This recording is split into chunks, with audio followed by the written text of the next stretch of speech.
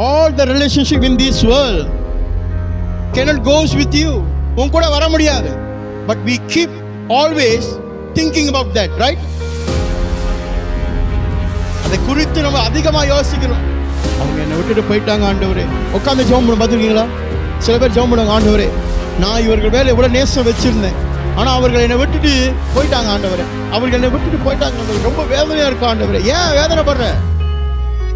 நீ வேதனைப்படுகிற ஒன்னே ஒண்ணு, ஆண்டவரே உங்க உறவை நான் விட்டு போயிட்டேனா அதுக்கு வேதனைப்படு. அதை சரி பண்றதுக்கு முயற்சி பண்ணு. அதை சரி பண்ணு.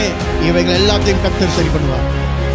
எனக்கும் ஆண்டவருக்கும் இருக்கிற அந்த நல் உறவை நான் இன்னும் எப்படி பலப்படுத்த போறேன்? 2 காரியம் நடக்கும். ஒன்று, உனக்கு தீமை செய்கிறது நீ கேட்காம அவங்க உன்னை விட்டு விலகுவாங்க.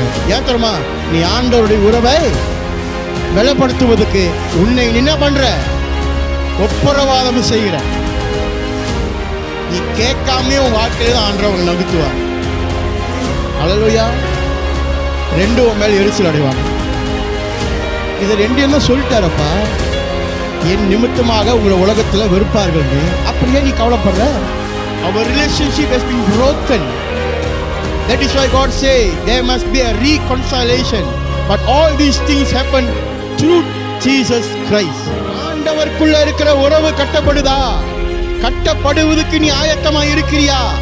கட்டப்படுவதற்கு உன்னை நீ ஒப்பு கொடுக்கிறியா?